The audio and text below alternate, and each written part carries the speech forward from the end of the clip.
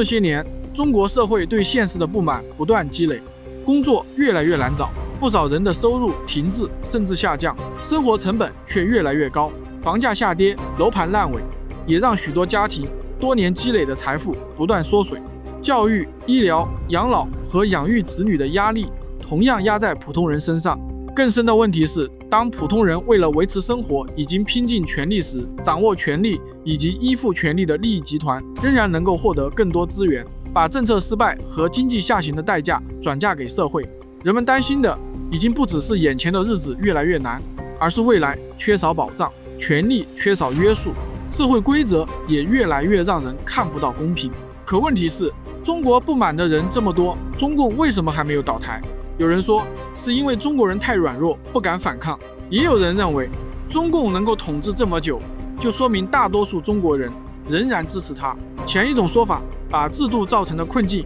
变成了对普通人的指责，后一种说法则把服从、配合和沉默直接当成了政治认同。这两种解释都没有抓住问题的关键。一个政权会不会倒，并不只取决于对他不满的人有多少，更重要的是维护现状的力量是否仍然强于推动改变的力量。只要支撑中共的力量仍然掌握关键权力和组织能力，而反对现状的人仍然彼此分散，中共就不会因为社会不满增加而自动倒台。所以真正需要追问的是，究竟是哪些力量在支撑中共？他们又是怎样让广泛的不满始终无法汇聚成足以改变现状的政治力量？要回答这个问题，不能只看一个人的职业和身份，也不能只看他表面上是否服从，因为同样是服从、配合或者沉默，背后的真实态度可能完全不同。有些人主观上希望中共继续维持一党统治，也愿意主动维护这个体制；另一些人内心并不认同中共，甚至希望现状改变，却因为恐惧、依赖、求稳和无力，最后仍然选择服从、配合或者沉默。前者是在主动维护中共，后者并非真正支持中共，却在现实压力下客观上降低了中共继续统治的阻力。因此，判断中共的基本盘必须同时看一个人的主观意愿和实际行为。按照这个标准，可以分成两大部分：主动基本盘和被动基本盘。先看主动基本盘，他们最核心的特征是主观上希望中共体制继续存在，并愿意主动维护它。这种认同不一定来自共产主义信仰或者对专制制度的迷恋，有些人也真心认同中共，把它与国家稳定和民族复兴联系在一起。另一些人并不相信共产主义，甚至知道专制体制存在严重问题，却仍然希望它继续存在，因为他们的权利、特权、职位、财富或者身份都依赖这个体制。一旦中共失去统治，他们现在拥有的一切也可能随之失去。所以判断一个人是不是主动基本盘，核心在于他是否主观上希望中共继续实行专制统治，并主动维护这种统治。主动基本盘的4类并不是完全分离的人群，同一个人可能同时存在多种绑定。分类时主要看他与中共最核心、最直接的关系。按照这个标准，主动基本盘可以分成4类：第一，核心基本盘，与权力和政治命运绑定；第二，组织基本盘，与职位和前途绑定；第三，利益基本盘，与财富、资源和特权绑定；第四，认同基本盘，与思想和身份绑定。其中与中共绑定最深，对政权存亡影响最大的是核心基本盘。第一类，核心基本盘。核心基本盘是中共的决策中枢和最后的强制保障，最上层是以最高领导人为中心的权力集团，以及掌握组织人事、党内纪律、国家安全、政法、宣传和军队指挥权的关键人物。他们决定中共往哪里走，谁能进入权力中心，谁会被提拔或清除。发生重大危机时，也由他们决定封锁信息、调整政策，还是动用强制力量。围绕最高权力集团，还有一批掌握关键部门和重要地区的核心骨干，他们负责把最高层的决定变成命令，维持中央对地方和各系统的控制，同时监视党内异动，防止高级官员、军队将领和地方力量在危机中倒戈。中共不会只靠口头忠诚维持这支队伍，他通过任命、晋升、政治审查、纪律调查、岗位调动和相互监督，不断筛选忠诚者，打散可能形成的独立派系。并把关键权力集中在可靠的人手中。再往下是军队、武警、公安、国安等强制系统中掌握关键指挥权并主动维护中共统治的人。他们控制军队、武装力量、情报、监控和抓捕能力，是中共在危机中真正能够动用的强制力量。少数直接服务于军工、国家安全、网络监控和关键战略技术体系，并掌握不可替代能力的专家和技术骨干，也可能属于这一类。这里说的不是所有高级官员、军人、警察和技术人员，只有那些主观上希望中共继续垄断最高政治权力，并掌握关键决策、指挥或执行能力的人，才属于核心基本盘。他们与中共绑定的不只是职位和收入，而是整个政治命运。一旦中共失去统治，他们可能失去权力、特权和政治保护，还可能面临责任追究和人身风险。所以中共保护他们的权利和安全，他们则用手中的权力和强制力量保护中共。到了真正的政治危机中，结果往往取决于最高权力集团是否分裂，关键官员是否倒戈，军队和安全机关是否继续执行命令。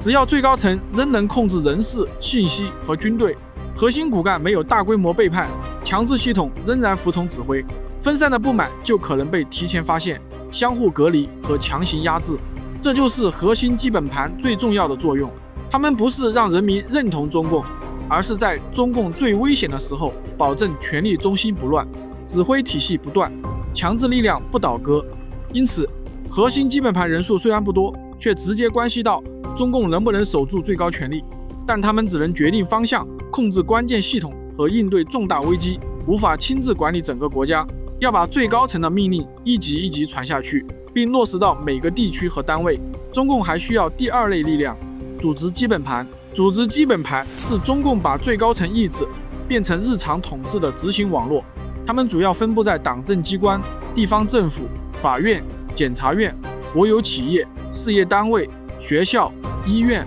党校、官方智库、国有媒体、街道、社区和农村基层组织中，也包括企业社会组织里的党组织骨干。截至2025年底，中共有超过1亿名党员，543万多个基层党组织，全国街道、乡镇、社区和行政村的党组织覆盖率都超过 99.9%。 这些数字说明的不是1亿多人都真心支持中共，而是中共拥有一张深入社会各个角落的组织网络。有些人出于职业发展、现实便利或者环境压力入党，并不认同中共。真正属于组织基本盘的是那些主观上希望中共继续一党统治，并主动利用组织职位执行和维护这套体制的人。他们与中共最主要的绑定是职位、任命和职业前途。中共坚持党管干部，谁能进入领导岗位，谁能获得提拔，谁会被调离、降职或者处分，都受到组织体系控制。政治忠诚一旦受到怀疑，个人的职业道路就可能被切断。中共也通过考核、巡视、纪律监督、组织生活和政治教育，不断检查干部是否服从。这套制度把大量干部的个人前途与中共的统治绑在一起。组织基本盘最重要的作用是把最高层的决定逐级落实，中央发出命令，省、市、县、乡、镇、街道和基层单位负责执行。基层发生问题，再通过同一套网络向上汇报。从干部任命、财政拨款、企业审批和土地管理，到学校、医院、社区和农村的日常运行，都离不开这套组织体系。最高领导人不可能亲自管理每一个地方。中共的命令之所以能从北京进入一所学校、一家医院、一个社区，甚至一家民营企业，靠的就是数百万个基层党组织和庞大的干部队伍。高校、科研院所、党校和官方智库中的领导骨干也属于这套网络的一部分。他们负责管理人员、项目和研究方向，执行政治审查，并把党的要求落实到教育、科研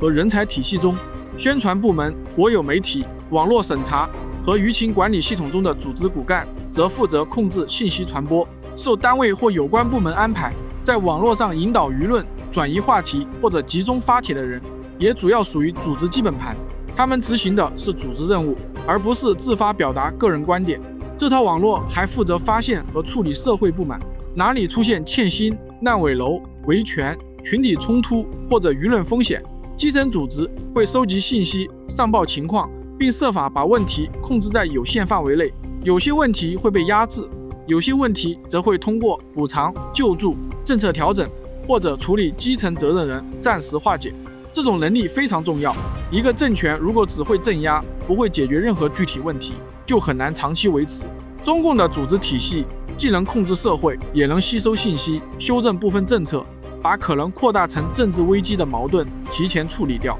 这种处理还会把原本可能指向整个制度的矛盾分解成地方、部门或者个别官员的问题，使不同群体的不满被分别处置，难以汇聚成共同的政治诉求。当一个干部离开时，组织可以换上另一个。一个地方执行失控时，上级可以派人接管，个别人员和部门可能失灵，但只要整套组织网络仍然存在，中共的命令就能继续传达和执行。这就是组织基本盘最重要的作用，它把中共掌握的最高权力转化成遍布全国的日常统治能力。核心基本盘负责守住权力中心，组织基本盘则保证这个权力中心的命令能够进入每个地区、行业和基层单位。但中共要维持统治，还不能只依靠自己的干部和组织，他还要把掌握财富、技术和社会资源的人纳入自己的统治联盟。这就是第三类利益基本盘。利益基本盘是那些依靠现有权力关系获得财富、资源、特权和政治保护，并希望这种利益格局继续存在的人。他们主要包括部分权贵家族及其商业网络，依靠政治关系获得特殊机会的企业主，掌握重要国有资本的管理者，以及依赖政府项目、信贷、土地、牌照、市场准入和政策扶持的社会精英。这里说的不是所有富人，也不是所有企业家。一个人正常经营企业、依法纳税，或者迫于监管压力配合政府，并不等于主动支持中共。真正属于利益基本盘的是那些清楚自己的特殊优势来自现有权力关系，因此主观上希望中共继续垄断最高政治权力，并主动维护这种利益格局的人。在中国，土地、信贷、能源、政府订单、行业准入和重大项目等重要资源，很大程度上掌握在政府手中。同样一项生意，有人处处受限，有人却能得到贷款、土地、项目和政策照顾。同样遇到调查、纠纷或者市场竞争，有人可能迅速失去企业，有人却能依靠政治关系获得保护。权力由此变成财富，得到这些财富和资源的人也会反过来依赖掌握分配权的中共。这是一场交换，中共需要他们创造就业、税收和技术，也需要他们在政治上服从，在关键时刻提供资金、企业资源、平台渠道和社会影响力。他们则需要中共继续提供机会、特权和保护。为了把这些人纳入统治联盟，中共会通过入党、企业党组织、人大、政协、工商联和统战系统，对有财富、有技术和有社会影响力的人进行政治吸纳。政治可靠、愿意配合的人，往往更容易进入资源分配和政治关系网络。试图摆脱控制或者利用财富建立独立社会影响力的人，则可能面对更严格的监管、融资限制和政治风险。中共这样做不只是为了得到企业家的支持，更重要的是不允许资本、技术、媒体和社会影响力在党外形成一个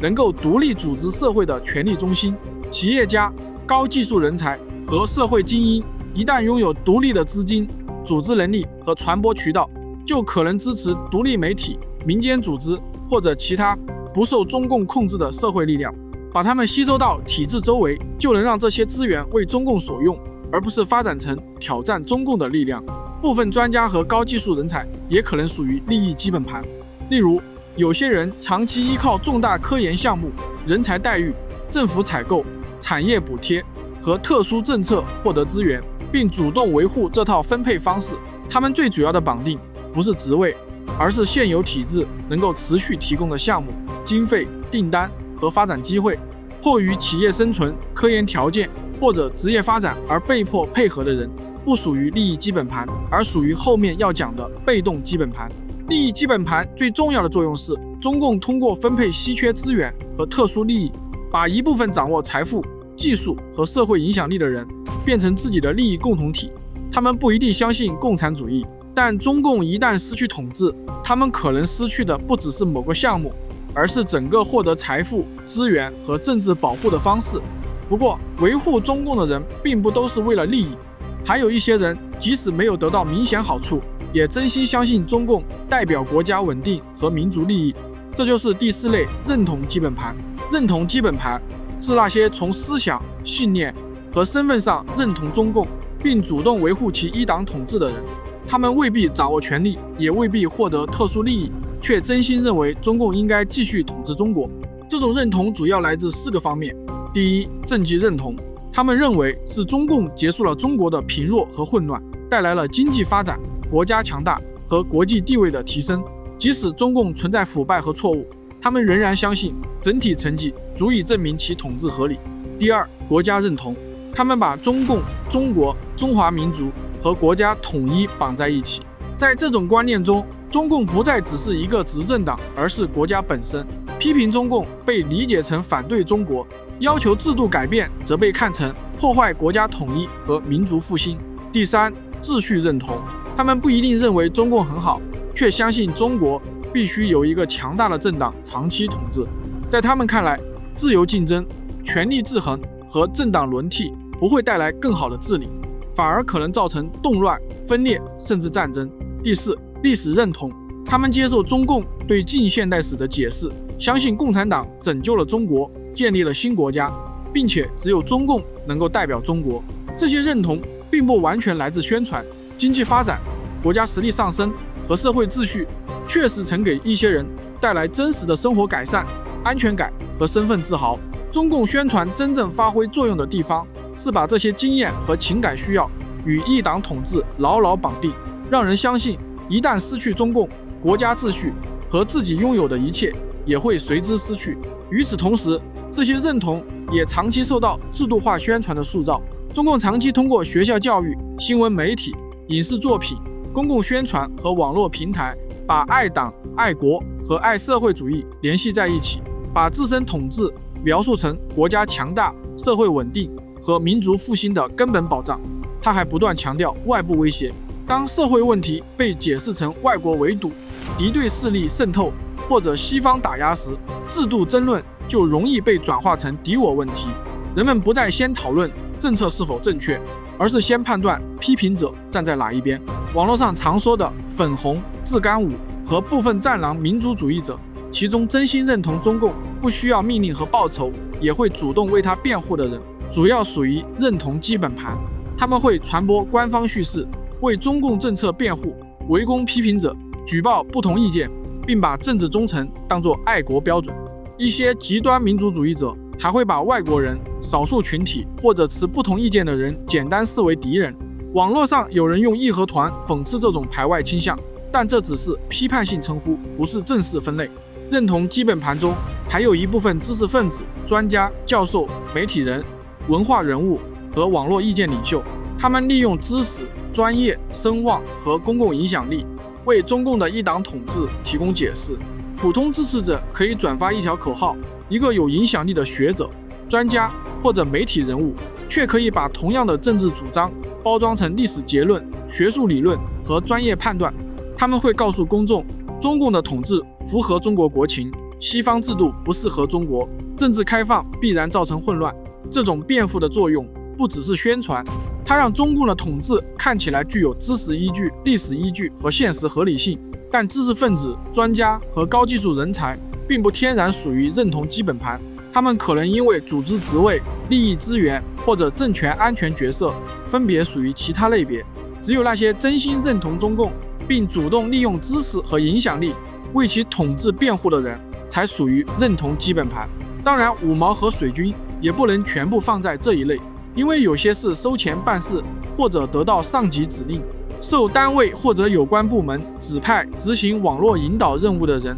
主要属于组织基本盘。为了报酬、流量和商业机会，主动替中共宣传的人，主要属于利益基本盘。内心不认同，只因工作压力被迫执行任务的人，则属于被动基本盘。认同基本盘最重要的作用是把中共的宣传变成社会中的自发维护。中共不必亲自回应每一种批评，一部分支持者会替他回应。中共也不必强迫所有人传播宣传，一部分人会主动制造、转发和放大这些内容。大量重复出现的口号、评论和网络围攻，还会让批评者感到孤立，让普通人误以为社会上只有一种声音。这样一来，中共维持统治就不再只依靠军警、组织和利益，他还获得了一部分人真实而主动的支持。但必须强调，爱国和民族主义并不天然等于支持中共。一个人可以热爱中国，支持国家统一，同时反对中共的一党统治。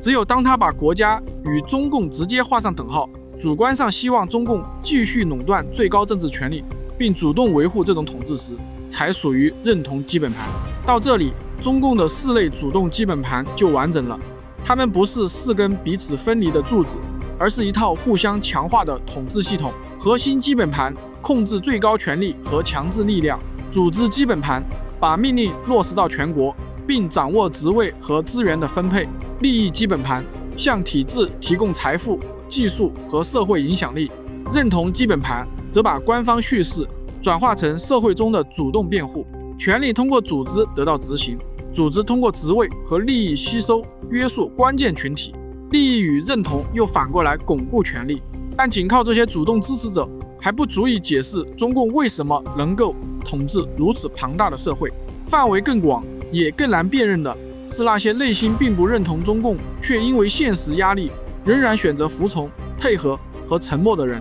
这就是中共的被动基本盘。被动基本盘与主动基本盘最大的区别是，内心并不希望中共继续实行专制统治，有些人甚至对中共非常不满，但是在现实中，他们仍然选择服从、配合或者沉默，客观上维持了现有体制。他们并不是真心支持中共，也不是主动帮助中共获得更多权利，他们只是担心一旦拒绝服从，自己可能失去工作、收入、企业、家庭安全，甚至付出更大的代价。也有人虽然希望改变，却害怕变化带来的动乱和不确定性。还有人认为个人力量太小，无论做什么都无法改变现实。所以被动基本盘最核心的特征就是思想上不认同，行为上却仍然服从。这种服从可能出现在任何职业和群体中，一名官员、一位教授、一个企业家，甚至一名普通工人都可能属于被动基本盘。判断的关键是他们内心并不希望这套体制继续存在，却迫于现实，仍然做出了维护现状的选择。与主动基本盘不同，被动基本盘不需要再分成4类人，因为恐惧、依赖、求稳和无力往往会同时出现在同一个人身上。一个人可能既害怕受到报复，又依赖体制提供的工作和生活，既担心社会动乱，也认为自己根本无力改变现实。所以这4项不是4种互不重叠的人群，而是被动基本盘继续服从和沉默的4个主要原因。第一，恐惧，因为不敢改变；第二，依赖，因为难以脱离；第三，求稳，因为害怕情况变得更坏；第四，无力，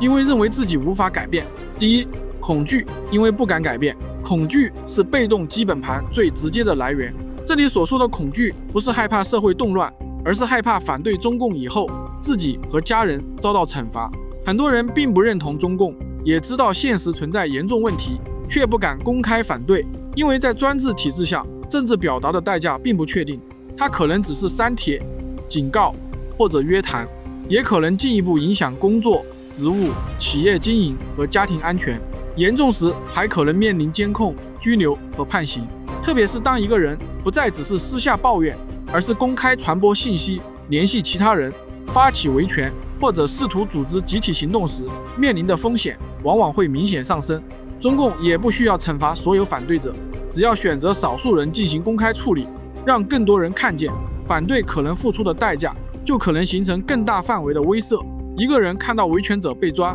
举报者遭到报复，公开发声的人失去工作，就会开始计算，即使自己说的是事实，最后能不能改变什么？如果改变不了，自己和家人又要付出多大代价？很多人最后选择删帖、沉默、道歉，或者假装什么都没有发生。一些官员、教师、记者、企业家和专业人士内心可能并不认同某项政策，却仍然执行命令，配合审查或者做出违心表态。不是因为他们真心支持，而是因为拒绝的风险太高。恐惧最重要的作用不是让人相信中共，而是让人学会自我审查，在行动之前先考虑后果，不敢迈出公开反对的第一步。当越来越多的人做出同样选择时，社会上的不满仍然存在，却很难公开表达，更难转化成能够挑战中共的行动。所以中共维持统治不只是因为它实际惩罚了多少人，更因为惩罚的可能性已经进入大量人的日常判断。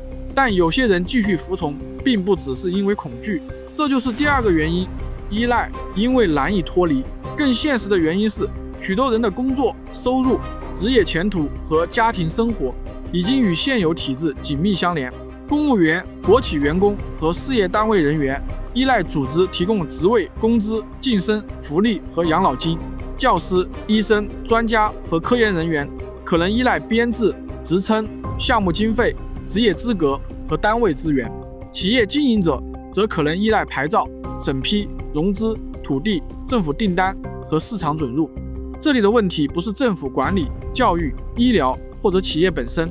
任何国家都需要公共管理和市场监管。真正形成政治依赖的是一个人获得工作、资源和保障的渠道高度集中，而他又缺少独立稳定的替代选择。一旦拒绝体制的政治要求，他失去的可能不只是一份工作，还可能包括多年积累的职业资格、人脉关系、项目资源、养老金和整个家庭的生活安排。对企业来说也是一样，如果监管标准缺少稳定边界，执法又有较大选择空间，企业就很难判断拒绝某项政治要求以后会不会接连面对检查、审批受阻、融资困难和经营风险。因此，有些人明知命令不合理，仍然选择执行；有些企业明知要求会伤害员工、客户或者自身利益，最后还是选择配合。他们未必希望中共继续统治，只是退出这套体系的代价已经高到个人和家庭难以承受。这也是被动依赖者与利益基本盘最重要的区别。利益基本盘希望现有的权利和利益关系继续存在，因为他们能够从中获得特殊好处；被动依赖者却未必认同这套关系，只是暂时找不到能够承受的退路。依赖最重要的作用就是让一个人即使想拒绝，也不敢轻易离开。恐惧让人不敢反抗，依赖则让人即使想脱离，也很难重新开始。但除了恐惧和依赖，还有一些人更担心改变本身带来的风险，这就是第三个原因，求稳。因为害怕失控，他们担心的不是改革本身，而是中共突然倒台以后，中国会不会出现权力真空、经济衰退、社会动乱，甚至内战和国家分裂。这些风险并不完全是中共凭空制造的。世界上一些国家在政权更替后确实经历过长期混乱、经济崩溃和战争。对普通人来说，工作、物价、治安、财产和家人安全都是非常现实的问题。因此，他们比较的往往不是中共到底好不好，而是继续忍受现状的代价与改变失败的代价哪一个更大。现有体制虽然不公平，至少是熟悉的。制度改变也许会带来更好的生活，却也可能带来无法预测的风险。中共不断利用并放大这种担忧，他把限制权力、渐进改革、有序转型和政权突然崩溃混在一起，把所有制度改变都描述成动乱的开始。他反复展示其他国家转型失败的案例，却很少让公众了解和平改革和有序交接的可能。与此同时，中共又长期压制独立媒体、民间组织、反对力量和公开的制度讨论，结果是很多人即使希望改变，也看不到一个可信的替代方案。谁能接替中共？军队、地方和政府怎样过渡？工作、财产和社会秩序怎样得到保障？这些问题没有公开讨论，也缺少能够获得社会信任的力量做出回答。于是，现状虽然不好，却成了眼前唯一看得见的选择。这类人与认同基本盘有明显区别。认同基本盘，相信中共应该继续一党统治；求稳者却未必支持中共，也可能希望改革，只是不愿承担无序崩溃的风险。他们维护的不是中共本身，而是自己熟悉的生活秩序。但这种选择客观上降低了中共继续统治所面对的阻力。求稳的作用就是让人宁可继续忍受现状，也不敢把希望压在一个看不清结果的未来上。不过，还有一些人并不认为现状更安全，也愿意承担改变的风险。他们只是相信，无论自己做什么都无法改变中共。这就是第4个原因，无力。因为认为改变不了。还有一些人并不认同中共，也愿意看到政治改变，却认为个人力量太小，无论做什么都没有用。中共掌握军队、警察、媒体、网络和庞大的组织体系，普通人面对的却往往只有自己。一篇文章可能很快被删除，一个账号可能被封，一场活动可能被阻止，组织者也可能被约谈或者拘留。类似的事情反复发生以后，人们很容易得出一个结论：中共太强，个人根本改变不了。这种判断不完全是软弱，也不是愚昧。在力量极不对等的情况下，单独行动确实很难成功，最先站出来的人还要承担最大的风险。但问题在于，每个人都希望别人先行动，最后就可能变成谁也没有行动。无力感的第2个来源是人们看不见彼此的真实态度。很多人私下对现实不满，公开场合却保持沉默，甚至表现得十分顺从。每个人看到的都是别人没有反对，于是他们可能低估社会上真实存在的不满，以为和自己想法相同的人远比实际更少。即使人们知道彼此都不满，也未必能够形成共同力量。不同群体首先面对的往往是各自具体的生存问题，他们可能意识到这些问题彼此相连，却缺少共同解释、横向联系和稳定组织，难以把分散诉求转化成共同目标。审查和信息控制进一步加深了这种隔离。他们不只是删除批评，更重要的是阻止不同地区、行业和群体发现彼此的共同处境，建立联系并形成稳定组织。一个地方发生的事情，其他地方可能很快就看不到。一个群体刚刚开始联合，联系渠道就可能被切断，结果就是个人觉得自己太弱，又看不见足够多的同伴，即使看见了，也无法确认别人会不会共同承担风险，坚持到底。还有一些人在经历多次失败和压制以后，逐渐退出公共生活。他们不再讨论政治，也不再相信改变，而是选择躺平，减少投入，寻找个人退路，或者只保护自己和家人，把日子过下去。这种选择不能被简单理解为支持中共，它往往是人在长期高压和反复挫败之后做出的现实自保。但当大量不满者都选择沉默、退出和各自承受时，广泛的不满就很难变成共同的政治力量。这就是无力感最重要的作用，它让人们在真正行动以前就先相信行动不可能成功。到这里，被动基本盘也就全部讲完了。恐惧首先压住了公开反对的念头，现实中的种种依赖又把脱离体制的代价抬得很高。面对一个看不清结果的未来，求稳心理使许多人宁可继续忍受现状，而长期积累的无力感最终使他们即使希望改变，也不再相信行动能够成功。他们无法让人真心认同中共，却能够让大量内心不满的人继续服从、配合或者沉默。最后再补充一层比较特殊的力量，就是中共在海外的基本盘。海外的信息更加开放，生活在这里的人也有更多机会接触不同观点，了解中国政治和社会真实发生的事情。但中共的影响并没有因为离开中国而完全消失。有些海外华人、媒体、自媒体和社会组织因为政治认同、商业利益或者与中共存在组织和社会关系，仍然主动传播有利于中共的叙事。还有一些外国人和海外意见人物也可能因为利益、立场或者个人判断，为中共的政策和统治方式辩护。这些海外声音有一个非常特殊的作用。同样一句话，如果由中共官方说出来，很多人会把它当成宣传，但如果由外国人、海外华人或者看起来独立的博主说出来，就更容易被当成第三方判断。有些人还会批评中共的腐败、个别官员和具体政策，看起来与官方保持距离，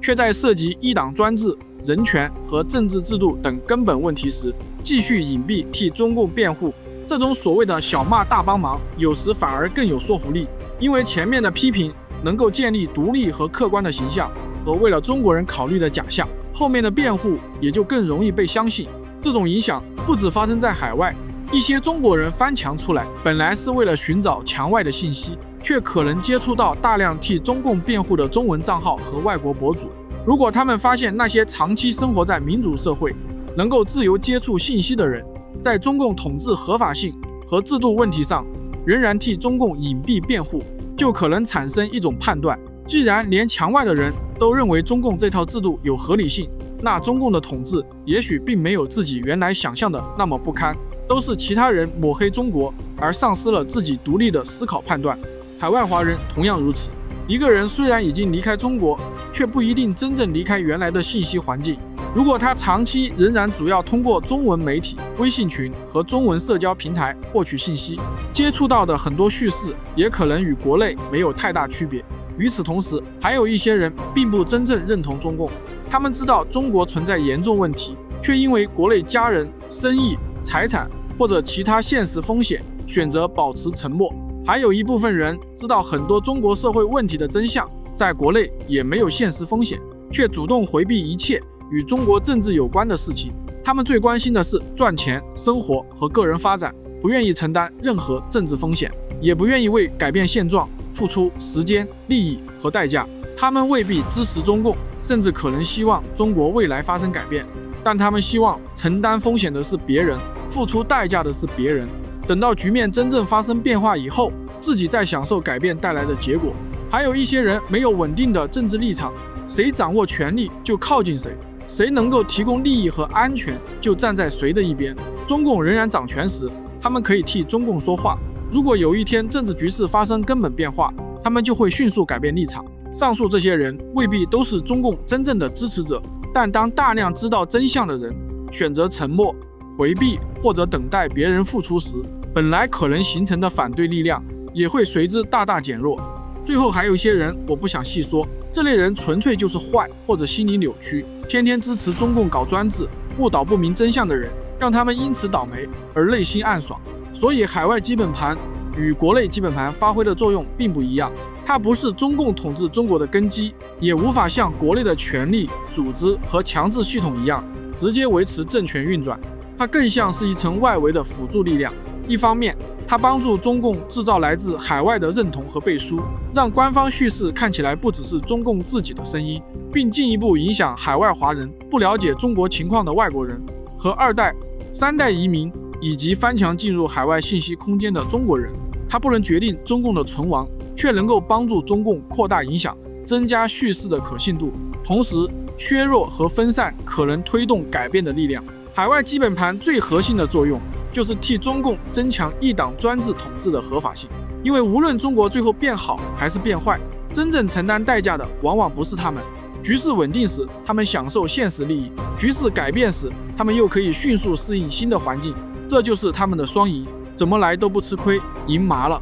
把国内的主动基本盘、被动基本盘，再加上海外这层辅助力量，中共维持统治的完整结构才真正显现出来。开头提出的那个判断也就更加清楚了。一个政权会不会倒，关键从来不只是对他不满的人有多少，而是维护现状的力量是否仍然强于推动改变的力量。只要这种力量关系没有改变，中共的基本盘就仍是维持统治的根本。它不仅支撑中共在平常时期继续运转，也决定危机到来以后，中共能不能继续控制局势。真正可能改变原有服从关系的，是足以动摇日常生活和统治能力的重大危机。在正常情况下，恐惧、依赖、求稳和无力会使大量不满者继续沉默和服从。可一旦经济崩溃、长期封控、战争失败或者其他重大危机突破社会承受极限，情况就可能发生逆转。当继续服从已经无法保住工作、收入、财产和基本生活时，依赖和求稳就会失去作用。人们不再是因为反抗而冒险，而是发现即使继续忍受，也已经没有退路。这时，原本分散的不满可能迅速汇聚，大范围的不服从也可能反过来冲击官僚系统和强制力量，使干部消极执行，统治集团产生分歧，基本盘随之松动。变化也可能从上层开始，最高权力发生严重分裂，或者战争和重大政策失败，削弱中央权威，都可能使下面的人不再相信中共能够继续控制局面，进而引发倒戈和更大范围的社会行动。所以，群众行动与基本盘瓦解并不存在固定的先后顺序，有时是上层先分裂，社会不满才找到突破口，有时则是生存危机先引发大范围反抗，再由下向上击穿原有的统治结构。最终决定政权命运的是这些变化能不能相互推动，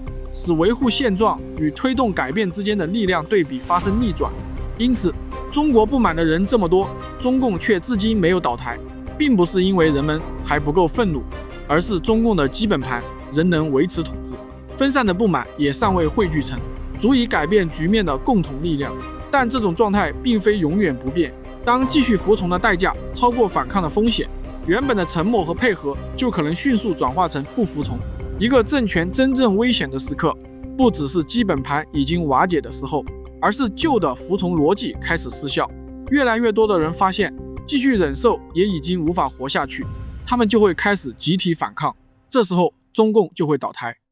视频的最后，我想从宏观分析回到我自己。我来自中国大陆，了解普通人在现实中承受的压力和困境。我也知道，对现状不满的人远不止我一个。每当政策失败、经济下行或者权力失控时，制定政策的人和权力链条上的受益者往往能够保护自己，把代价向下转嫁。要改变这种处境，不能只做局部修补和改良。中国必须走向宪政民主，建立真正的法治和权力制衡，让政府受到监督，让人民能够通过和平方式选择和更换执政者。同时，中国也必须尊重人权，保障自由和平等，维护每一个人的尊严，并通过制度保障这些普世价值不受权力侵犯。宪政民主和普世价值不能消灭所有问题，但宪政民主能够限制权力，纠正错误，追究责任。